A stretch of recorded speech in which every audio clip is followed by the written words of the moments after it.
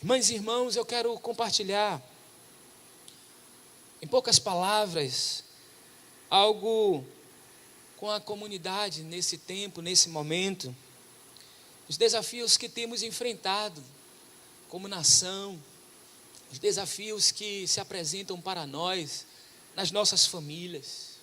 A tendência que temos diante de situações complexas é sermos muitas vezes tomados pelo medo e também a sensação de insegurança, em alguns casos o sentimento de abandono, a sensação de que estamos sozinhos. Mas que bom que nós estamos aqui, que bom que você nos acompanha aí da sua casa e nós somos a cada dia edificados pela palavra do Senhor.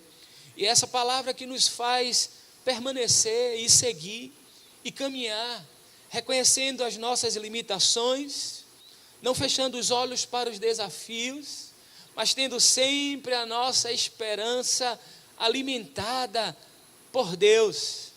E pensando nessa dinâmica daquilo que pode de fato nos trazer esperança, e creio que com você também é assim, prefiro descansar e esperar na palavra do Senhor. Eu quero, a partir dessa ideia de descansar e esperar na palavra do Senhor, lançar mão daquilo que são as promessas de Deus para nós. Quando a gente pensa em promessas, à luz das Escrituras Sagradas, qual é o ensino que essa palavra tem para nós? Eu queria que você abrisse aí a sua Bíblia, na segunda carta que foi escrita aos Coríntios, capítulo 1,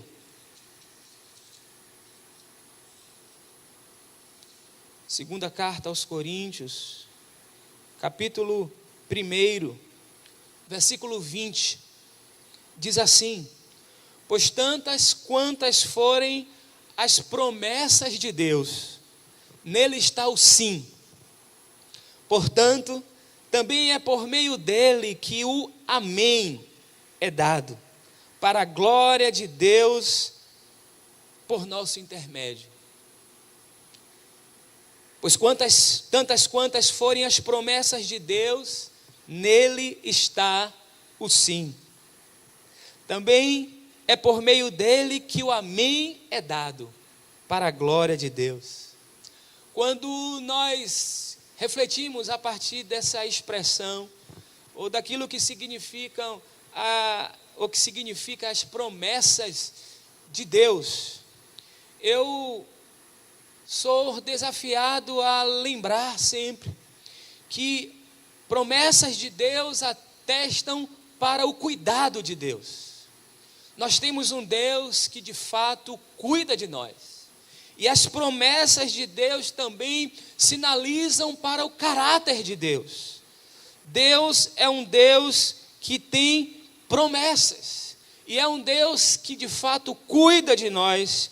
E isso demonstra a sua preocupação para com aqueles que foram criados por Ele. Ele estabelece com aquilo que Ele criou um relacionamento de amor. Esse mês nós temos pensado a partir disso, dessa realidade, porque Ele nos amou. E esse relacionamento de Deus com a coisa que Ele criou, com a humanidade, fez com que Ele estabelecesse essa relação íntima de amizade, de cuidado. Esse é o caráter de Deus. No primeiro livro dos Reis, no capítulo 8, versículo 15, quando ele estava concluindo um momento significativo da sua vida, no seu ministério, o rei Salomão, ele fez uma oração, e na sua oração ele pode dizer: bendito seja o Senhor, Deus de Israel, que falou pela sua boca a Davi, meu pai, e pela sua mão cumpriu a palavra que disse. Aqui nós temos dois movimentos. Primeiro, a consciência de que Deus fala. Salomão, ele sabia disso, que o Deus que nós servimos não é um Deus que está distante, um Deus que não se comunica, um Deus que não articula. Esse Deus é um Deus que fala. E Salomão reconhecia isso e ele pôde bem dizer ao Senhor, porque Deus é um Deus que fala. Mas Ele não é apenas um Deus que fala, Ele é um Deus que cumpre. São dois movimentos, duas dimensões desse Deus que é.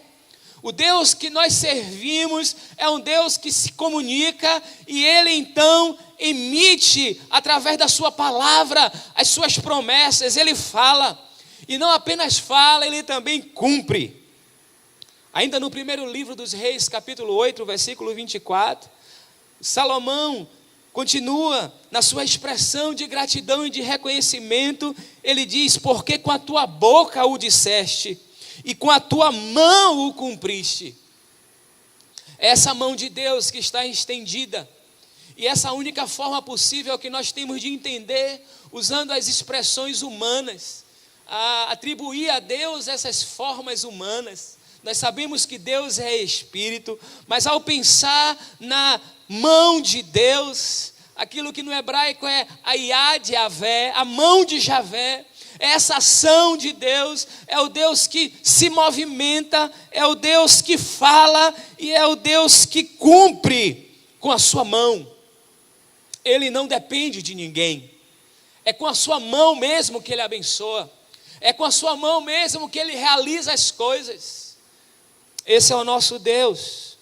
Mas quando nós pensamos nessa dimensão de que Deus fala, e o reconhecimento de Salomão da boca de Deus, eu preciso aqui, e nós, entender o que de fato é aquilo que Deus falou. O que é que saiu da boca de Deus? Porque no nosso tempo, e isso sempre aconteceu, isso não é novidade, mas nós falamos a partir do nosso lugar, e a partir do nosso lugar nós temos ouvido muitas pessoas, em tantos lugares, na mídia, na televisão, através das redes sociais, muitas pessoas falando em nome de Deus, falando coisas como se fossem coisas que partiram do próprio Deus. Mas muitas dessas pessoas, ou muitos deles, são profetas mentirosos. Profetas mentirosos que dizem que foi Deus que falou, mas não foi Deus quem falou. Eles estão falando a partir do seu próprio lugar, falam de si mesmos. E utilizam então, a partir das escrituras sagradas, e tentam implementar as suas ideias, tentam implementar as suas convicções, os seus ideários. Por isso eu e você, nesse tempo, precisamos do discernimento do Senhor. Você poderia aí orar e pedir: Senhor, ajuda-me, dá-me discernimento. Dá-me discernimento para então entender o que a boca do Senhor de fato disse. Porque, como eu falei, muitas pessoas estão falando em nome de Deus. Muitas pessoas estão dizendo que Deus disse o que Deus não disse. E utilizam muitas vezes a Bíblia para dizer: olha, o Senhor disse. Mas são profetas mentirosos. E para que tenhamos esse discernimento, é importante, irmãos e irmãs, que também façamos um movimento. E esse movimento é da relação íntima com o Senhor. Como o profeta Oséias declarou: conheçamos e prossigamos nisso. Nesse movimento de conhecer Deus. E aí, a cada vez que eu me aproximo mais dele, através da sua palavra, através daquilo que ele nos revela, do que ele nos ensina, eu vou podendo discernir o que é a palavra dele e o que não é. Porque muitas vezes nós pecamos, nós erramos, nós desviamos do alvo, porque não discernimos o que é de fato a voz de Deus. E para discernir a voz de Deus, nós precisamos estabelecer uma relação íntima com Ele. Nós precisamos sair desse lugar da acomodação, de só esperar e de se deixar seduzir com qualquer palavra, com qualquer ensino, com qualquer mensagem sobre o argumento de que é palavra de Deus e de que é um discurso de fé e de que é um discurso de verdade, eu preciso, e você, do discernimento do Espírito para compreender a voz do Senhor e discernir a voz do Senhor, porque o nosso Deus é um Deus que fala, e o nosso Deus também é o Deus que cumpre, mas eu preciso saber o que de fato é a voz do Senhor, e a voz do Senhor é uma voz poderosa. A voz do Senhor é uma voz que faz trazer à existência coisas que não existem. A voz do Senhor, ela promove a harmonia das sociedades e das pessoas. A voz do Senhor é a voz da convergência, é a voz da pacificação, é a voz da amorosidade, é a voz do cuidado, é a voz do interesse, é a voz da compaixão. A voz do Senhor, nós precisamos discernir a voz do Senhor. E precisamos então estabelecer uma relação com Ele. Eu creio que você, meu querido irmão, minha querida irmã, amigos que nos acompanham, vocês já experimentaram na sua vida situações onde você entendeu plenamente que foi o Senhor que falou. Quantos de vocês já tiveram essa experiência de entender que foi o Senhor mesmo que falou? É algo que está dentro do seu coração e que ninguém pode tomar, e com o seu espírito, com o Espírito de Deus, que confirmam que de fato foi o Senhor que disse. Mas não apenas essa sensação que você já experimentou de entender que foi o Senhor que disse, mas também de reconhecer que foi o Senhor que cumpriu, e que foi a mão dele que fez acontecer, trouxe à existência aquilo que ele prometeu. Mas lamentavelmente muitos ainda não conseguem discernir o que é a voz do Senhor. E muitas pessoas também, por se deixarem levar por esses pseudos discursos da verdade, porque é uma falsa verdade, estão decepcionados, porque imaginavam que era a palavra de Deus, mas não era. Imaginavam que era a palavra da verdade, mas era o discurso de profetas mentirosos. Nós precisamos do discernimento. E aqui, irmãos, eu trago para pensarmos algumas lições. Ao falarmos das promessas de Deus, do cumprimento dessas promessas, a primeira lição que eu queria destacar para os irmãos é que nós precisamos entender que a promessa não é resultado do nosso esforço e nem está baseada nos nossos méritos. No livro do Deuteronômio, capítulo 9, dos versículos 5 ao versículo 6, há um texto que de alguma forma nos ensina nessa direção, quando o Senhor diz àquele povo que Ele está chamando para possuir uma terra mesmo que Ele prometeu.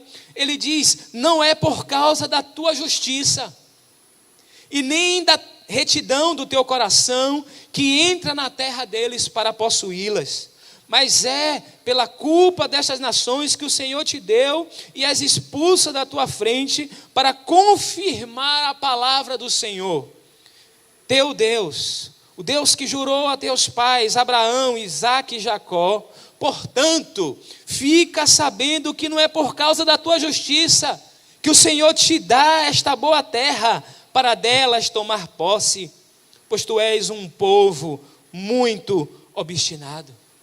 Irmãos, aqui o texto não está querendo incentivar que não devemos ser justos ou retos, que não devemos buscar um caminho de retidão, de equidade e de justiça, mas é importante reconhecermos que as promessas que partem de Deus, e aquilo que Deus fala, e aquilo que Ele cumpre, não é por causa dos nossos méritos, não é por causa da tua justiça, nem da tua retidão, diz o Senhor. E ainda no capítulo 9, voltando ao versículo 3, diz assim: sabe que hoje o Senhor teu Deus é o que vai na tua frente, como fogo devorador, Ele os destruirá, os subjugará diante de ti, tu os expulsarás. A promessa não é resultado daquilo que você mereça. Você não tem promessas de Deus porque você tem feito coisas boas. A promessa não é resultado do nosso esforço. A promessa está baseada em Deus mesmo. Porque a palavra que está utilizada no texto que nós lemos aqui no início dessa reflexão, segunda carta endereçada aos Coríntios, é a palavra grega epangelia. E a palavra grega epangelia, que foi traduzida como promessa, é um presente, é algo que nos é doado, é algo que é entregue em nossas mãos, é um presente de Deus para nós, é algo que nos é dado graciosamente. Guarde isso no seu coração. As promessas de Deus não dependem da sua justiça, meu irmão, minha irmã. As promessas de Deus não dependem dos seus méritos. Em segundo lugar, nós precisamos entender que a promessa se cumpre no tempo de Deus. E não apenas no tempo de Deus se cumpre a maneira dele, do jeito dele. O profeta reconheceu isso. Os teus pensamentos não são os meus pensamentos, os seus caminhos não são os meus caminhos. Tudo há tempo, e Deus é o Senhor da vida e o Senhor do tempo. Ele que fez pela sua palavra, como eu já disse hoje aqui, as coisas que não existiam, elas vieram à luz pela sua palavra. E nós ficamos decepcionados, muitas vezes, quando ouvimos uma palavra como sendo palavra do Senhor, e você intui que de fato, a partir do discernimento espiritual, que foi uma palavra de Deus, uma promessa de Deus, mas aí o tempo vai passando. O tempo vai passando e essa promessa que você ouviu, ela não se cumpre. E você começa a ter problemas no processo da sua caminhada, da fragilização da sua fé, da sua resistência, porque você imagina que a promessa não irá se cumprir. Nós não queremos esperar. O fator tempo é um fator que nos consome. Para a maioria de nós não é fácil esperar. O salmista disse: eu esperei com paciência no Senhor. Esperar não é fácil. E esperar com paciência é um desafio grandioso. E aí você entendeu que foi promessa de Deus, que foi palavra de Deus, que foi direção de Deus, e a promessa não se cumpre, e o tempo passa. E não apenas esse tempo que passa e as promessas não se cumprem, tem também as circunstâncias. Circunstâncias que parecem conspirar negativamente para a realização dessas possibilidades. E aí você se vê sem forças, acuado. Romanos capítulo 4, dos versículos 18 ao versículo 21. O apóstolo Paulo está falando da experiência de um homem como você, como eu, uma mulher como você, que recebe uma promessa de Deus, mas que tem circunstâncias e o tempo que passa, e problemas externos e problemas internos. O texto sagrado diz assim: Abraão, esperando contra a esperança, creu, para vir a ser pai de muitas nações. Quando a promessa chegou a Abraão, ele tinha idade avançada. Quando a promessa chegou a Abraão, ele e sua esposa tinham idade avançada, e a sua esposa não tinha condições de gerar, ela era estéril. E o texto continua dizendo: assim será a sua descendência. E sem enfraquecer na fé, Abraão levou em conta o seu próprio corpo já amortecido, tendo ele quase 100 anos. E a esterilidade do ventre de Sara, não duvidou, por incredulidade da promessa de Deus, mas pela fé se fortaleceu, dando glória a Deus, estando plenamente convicto de que Deus era poderoso para cumprir o que havia prometido. Aleluia! Deus é poderoso para cumprir o que Ele promete. E Abraão tinha tudo para desistir. Abraão tinha uma série de situações às quais ele podia recuar da sua esperança, mas ele esperou contra a esperança. Eu e você somos chamados a crer com esperança. E crer com esperança, sem enfraquecer na fé, sem vacilar na incredulidade. Fortaleça, meu irmão, na sua caminhada, fortaleça, seja fortalecido na fé, porque é o Senhor mesmo que te fortalece, e quando nós nos aproximamos dele vem essa fortaleza, vem essa segurança, vem essa esperança renovada, vem dele. Por isso, se fortaleça na fé, seja fortalecido pelo Senhor na sua fé, e não apenas isso, dê glórias a Deus, na certeza de que Ele é poderoso para cumprir o que prometeu. Porque, irmãos, a incredulidade que muitas vezes marca o meu coração, a minha vida, a minha existência e a sua, é quando nós dizemos a Deus, é como se estivéssemos dizendo a Deus: você não tem a capacidade de realizar, eu vou fazer do meu jeito, eu vou realizar as coisas da minha maneira, eu sei o que é o melhor. Incredulidade é dizer a Deus que Ele não pode fazer. Mas Deus, Ele é um Deus que tem promessas, mas as promessas de Deus, elas se cumprem no tempo de Deus, e da maneira dEle, do jeito dEle. Espere no Senhor. Eu sei que não é fácil esperar no Senhor, mas dependa e creia com esperança. Por fim, você precisa entender que a maior e melhor promessa que eu e você poderíamos receber, e que recebemos, é a garantia que o Senhor mesmo nos deu, que estaria conosco em todo o tempo. Essa promessa não está, as promessas de Deus, e essa aqui em especial, não está relacionada a ter coisas, a possuir coisas, a ter bens, a conquistar coisas. Não que isso seja, que não seja importante, que não tenha o seu lugar, mas não é o mais importante. O mais importante é, de fato, ter a consciência dessa presença que nos toma, que nos acompanha, do Deus conosco, do Emanuel, que disse: eu estarei com vocês todos os dias. Essa promessa nunca cairá, essa promessa nunca falhará, ninguém poderá roubar, ninguém poderia tirar ou poderá tirar, porque aquele que prometeu é fiel para cumprir. Deus é presente, Deus é conosco em todo o tempo, em todas as circunstâncias. Quer choremos, Ele é conosco, quer celebremos, Ele é conosco, quer fracassemos, Ele nos ampara, quer olhemos para trás muitas vezes querendo deixar o caminho, Ele nos traz de volta para o caminho, porque Ele é o caminho e nós estamos nele. Não apenas vamos ao caminho, mas Ele é esse caminho que vem até nós e nos convida a andarmos nele. A melhor promessa que temos é a certeza da presença do Deus conosco. Talvez você esteja esperando o cumprimento de uma promessa, de alguma coisa, de algum bem, talvez do nascimento de um filho ou de uma filha, a esperança de construir uma casa, uma família, ter um negócio, realizar os seus sonhos profissionais. Você talvez esteja baseando a sua vida nessas esperanças, e eu repito, tem o seu lugar, mas a melhor certeza e a melhor promessa que eu e você poderíamos ter é a da presença do Senhor conosco.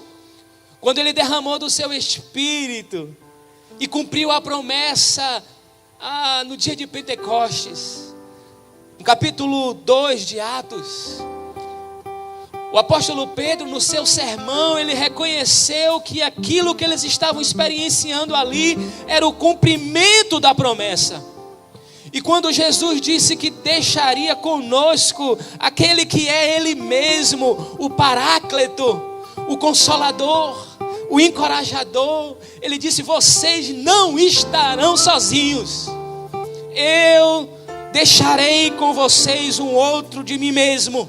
É isso que a palavra na sua língua original carrega. É outro da minha espécie, é outro de mim mesmo que estará com vocês. E o apóstolo Pedro disse: porque a promessa é para vós, para vossos filhos e para todos os que estão longe, a quantos o Senhor nosso Deus chamar. Bendito seja o nome do Senhor. Pois tantas quantas forem as promessas de Deus, nele está o sim. Portanto, também é por meio dele, e somente dele, que o amém é dado. Mas esse amém é dado para a glória dele mesmo, para a glória de Deus, por nosso intermédio. As promessas do Senhor, as promessas de Deus, elas não vêm como resultado do nosso esforço e porque mereçamos algo.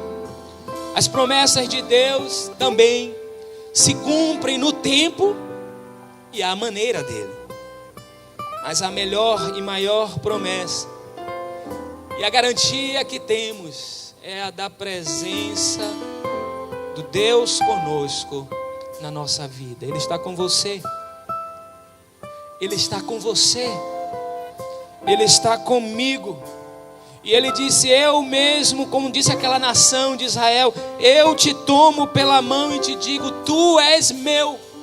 E a gente pode trazer essa palavra também para a nossa esperança e para a nossa experiência individual. O Senhor é aquele que nos toma pela mão e que nos diz: tu és meu. O Senhor é o Deus de promessas. E Ele é aquele que fala. Não palavras que vão ao vento, mas palavras que geram vida.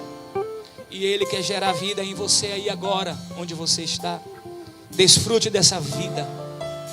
E Ele não apenas fala, Ele cumpre. Ele cumpre. Ore aí, onde você está. Eu não sei quais as promessas que você tem guardado no seu coração. O tempo está passando, e você não vê a coisa acontecendo, e você está enfraquecendo na fé. Seja fortalecido na fé agora, pelo Senhor, para dar glória a Deus. Vamos cantar essa canção. Essa canção que é o reconhecimento de homens e mulheres que sabem que Deus é um Deus que fala e que é um Deus que cumpre. Mas Ele tem o tempo certo para todas as coisas. E Ele tem a melhor maneira de fazer com que essas coisas aconteçam.